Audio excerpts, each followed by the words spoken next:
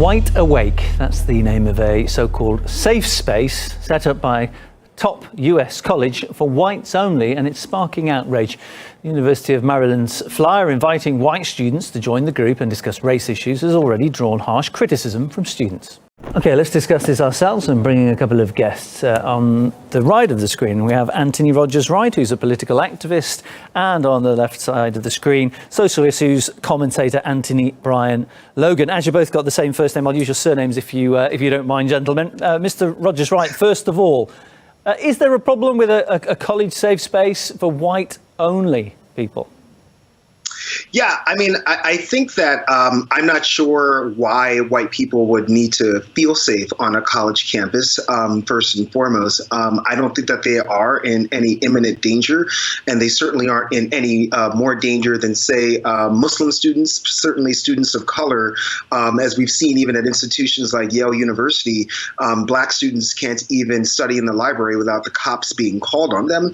So I'm not sure what the intent of it was.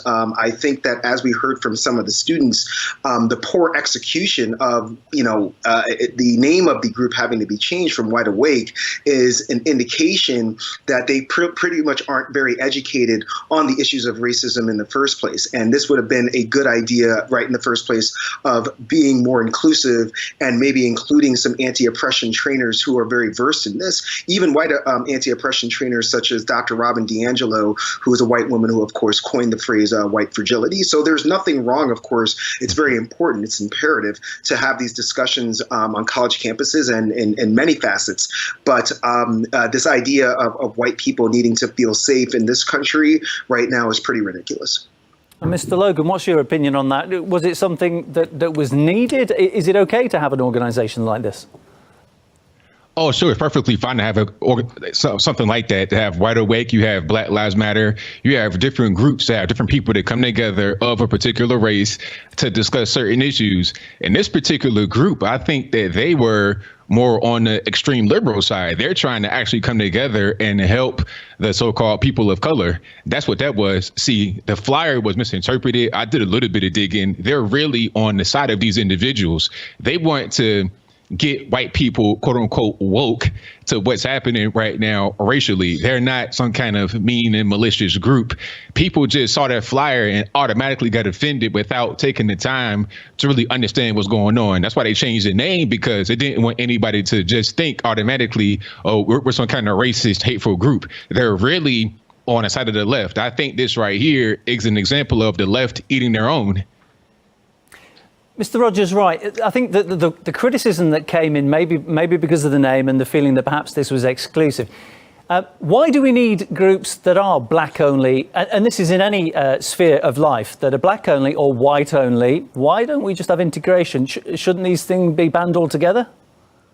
Yeah, no, that's a fair question. I mean, I don't think that in any epoch or era of Black liberation struggle that it was exclusive, right? I mean, going back even to the Freedom Riders, Student Nonviolent Coordinating Committee, white people were very integral in the Freedom Riders program. As a matter of fact, we lost amazing sisters like Biola Liwutso, Mickey Schwerner, and Andy Goodman, who lost their lives in a pool of blood next to a black man. So it's not about it being exclusive, but when we're talking about Black liberation and anti-racist efforts, I do think need to be Black-led, because the people who are experiencing the oppression the most need to lead their way out of the oppression. And even when you listen to people like the great Angela Davis, who talk about the radical tradition, what they're saying is that the Black radical tradition isn't just about the liberation of Black people, but it's about the liberation of all people who are seeking to liberate themselves from oppression, whether that be white poor folk in Appalachia or the South,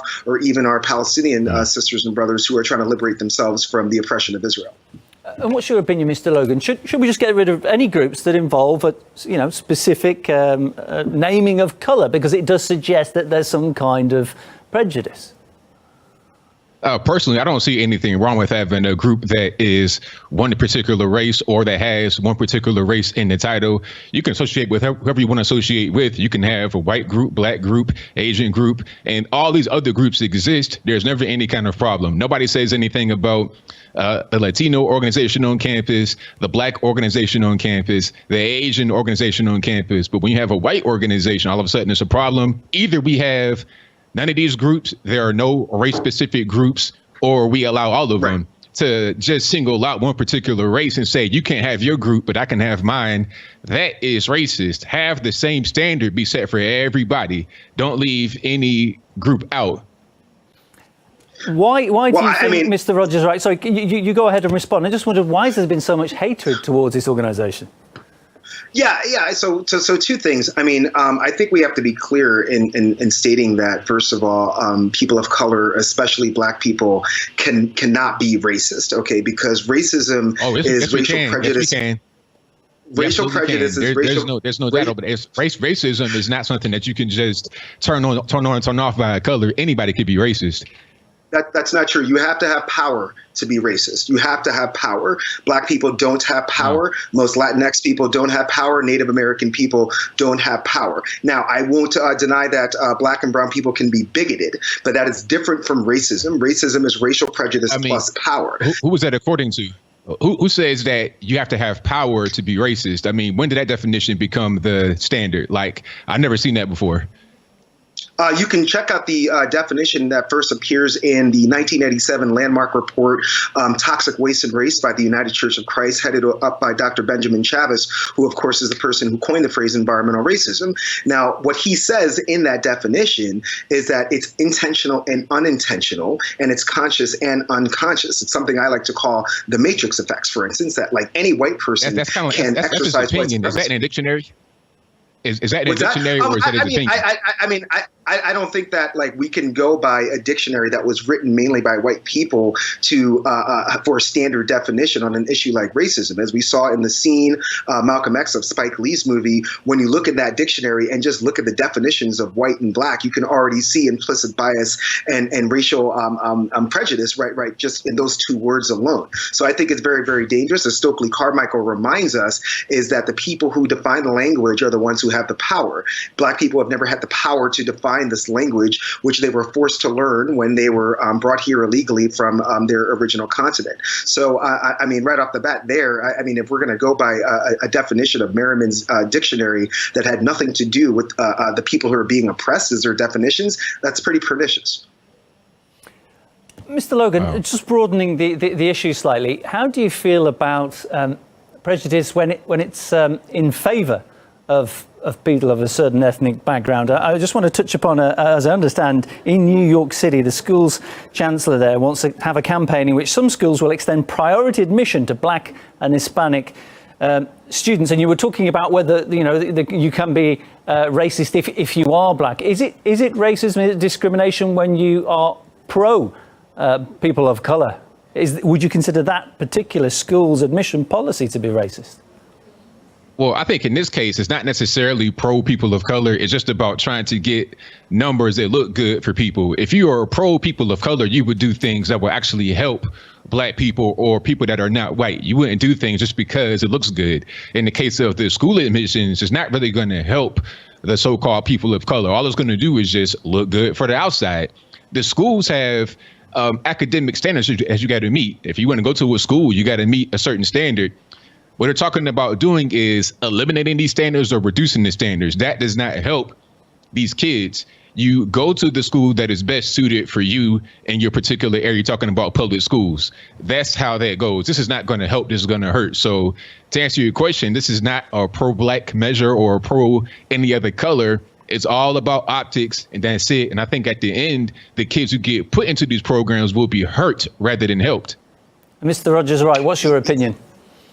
Yeah, I would have to firmly disagree with that. New York City, which prides itself on being a progressive city, has the most segregated school system in the United States of America. So you heard that right. It's not Alabama or Mississippi, it's New York City. And a lot of that was driven by hyper-capitalism and the fact that rich people got better public schools and poor people get worse public schools, poor Black and brown people specifically. And it's not just in terms of standards, it's the quality of books, it's the quality of the bricks and mortar in itself. And what this is an anti-segregation measure, which I totally applaud. I mean, we're going back to Brown v.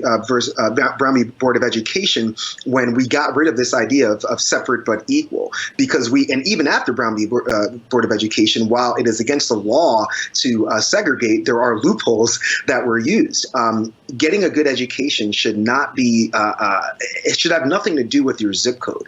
And what we're seeing in New York City is that the better your zip code is, the better the schools are. Cynthia Nixon, who just ran a race against Andrew Cuomo, said that herself. She sends her children to public schools, but she had the veracity to state that she lives in a wealthy neighborhood. She's a wealthy actor and knows for a fact that her kids have a much better experience than a child from, say, Cypress Hills or Jamaica, Queens, who are paying taxes, who are in the same public school system. So this is an effort to try to not only integrate schools, but to expose students to the same standards as everybody else. So I don't think it's going to hurt. We certainly have tracks in every school, and we certainly just need better education to help students who have never had the same exposure to good teachers, to good books, to good bricks and mortar, to good infrastructure in their schools. And I'm really proud. This is probably the most effective thing that Bill de Blasio has done in his terms as mayor of New York. Gentlemen, we're going to wrap things up there. I greatly appreciate your time and your frank comments. My guest, political activist Anthony Rogers-Wright, and political and social issues commentator Anthony Brian Logan. Thank you, gentlemen. Thanks so much.